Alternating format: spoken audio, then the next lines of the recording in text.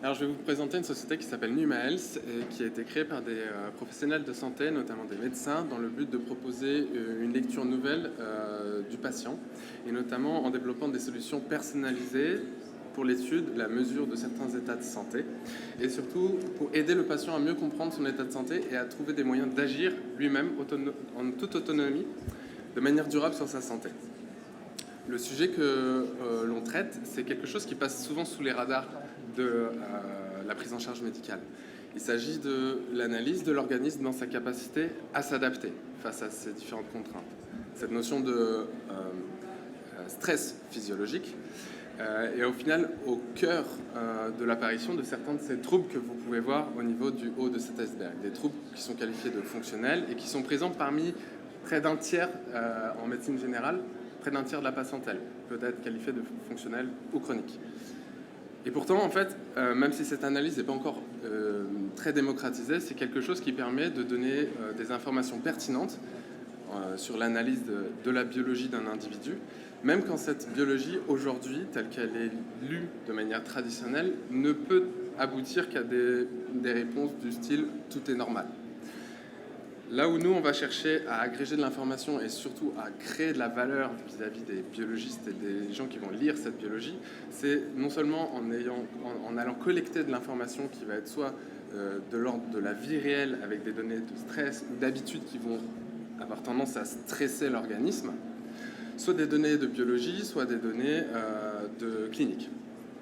En agrégeant ces informations via notre logiciel et surtout en essayant de les modéliser au travers des modèles de physiologie dont on dispose, on est capable de faire ressortir différents aspects de cette adaptation de l'organisme.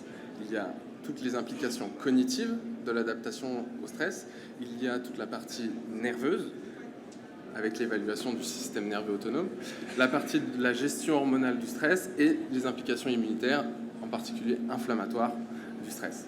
Tout l'intérêt, c'est de pouvoir proposer aux patients et aux professionnels de santé qui les accompagnent une visualisation de leur état de santé au travers d'un dashboard, d'un tableau de bord, qui va chercher un maximum de pédagogie, qui va chercher à faire comprendre aux patients quels sont ces déséquilibres physiologiques, qui ne sont pas des maladies, mais qui ont un impact sur leur santé.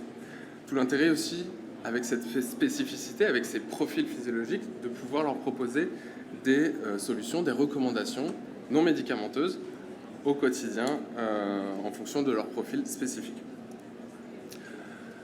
Ça nous permet pas forcément de mieux comprendre la maladie, mais de mieux comprendre notre patient, comprendre son profil physiologique. Ça nous permet d'intervenir sur 3 verticales différentes, qui vont être la verticale de prévention d'une part, où aujourd'hui on intervient auprès des entreprises pour offrir à leurs salariés une sensibilisation vis-à-vis des impacts du stress et vis-à-vis des enjeux de santé qu'ils peuvent avoir, pas forcément dans le domaine de la maladie, mais dans le domaine de la santé dans sa globalité. On travaille aussi avec des mutuelles qui cherchent justement à proposer ce genre de sensibilisation et d'évaluation pour leurs personnes protégées.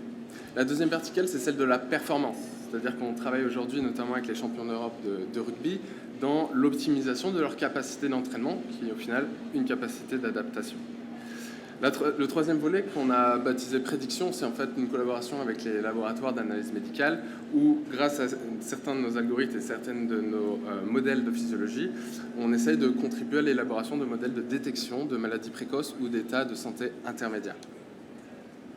Qu'est-ce qui fait que c'est intéressant sur la partie prévention? C'est en grande partie cette tonalité santé qui vraiment est distinguée de la partie psychologique, soutien psychologique ou de la routine d'activité physique en entreprise. Ça, c'est vraiment quelque chose qui aujourd'hui est plébiscité de la part des entreprises ou des mutuelles.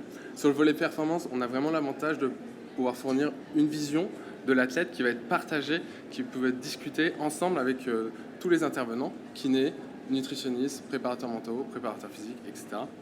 Et sur le volet prédiction, là où on a tout misé, comparé à d'autres approches qui vont être beaucoup plus spécifiques, génomiques, biologie fonctionnelle, qui vont demander des investigations complémentaires, qui vont demander des investigations qui sont onéreuses.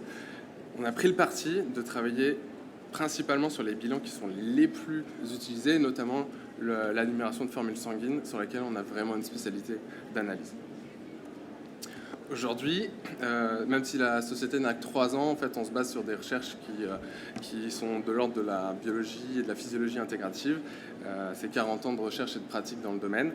Et ce qu'on cherche aujourd'hui, ce n'est pas forcément des fonds. On est en train de faire la clôture d'une levée de fonds actuellement. Néanmoins, ce sont des partenaires de recherche, notamment pour aider à cette collaboration qu'on a actuellement avec un laboratoire d'analyse médicale.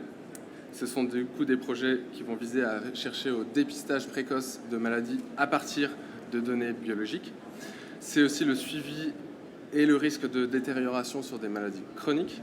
Et c'est surtout la personnalisation de la prise en charge dans des domaines de spécialité tels que l'oncologie, la gestion du stress et du burn-out, ou encore évidemment la performance sportive.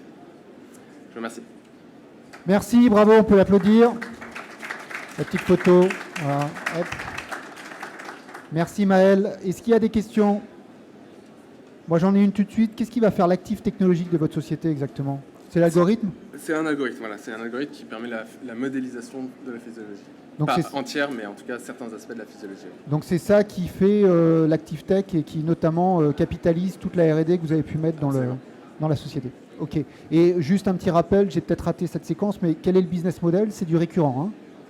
Oui, c'est du récurrent au niveau de la prévention. Ouais. Après, c'est une licence technologique qui est commercialisée auprès des laboratoires. Okay. Merci. Question? Julien? Oui, bonjour. Moi, j'ai une question. Est-ce que vous êtes rapproché de sociétés comme WeThings ou Fitbit qui peuvent proposer des données que vous pourriez agréger dans votre algorithme? Oui, effectivement, ça c'est un axe qu'on essaye d'aller chercher, le côté moins invasif. Ce qui est compliqué aujourd'hui, c'est de faire le lien entre l'aspect assez invasif quand même d'une prise de sang et WeThings qui travaille juste avec des objets connectés. Je sais, pour les avoir vus la semaine dernière à BPI, que eux justement, c'est plutôt eux qui vont freiner sur le côté biologique. Aujourd'hui, ce qu'on cherche vraiment, c'est plutôt le côté applicatif pathologique. Autre question? Oui.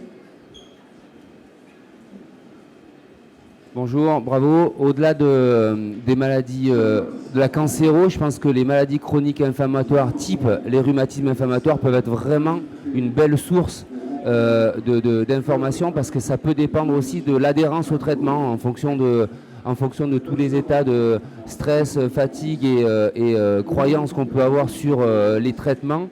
Ça peut changer l'adhérence au traitement et donc évidemment avoir quand même une source assez intéressante d'informations pour vous. Et d'application aussi pour vous.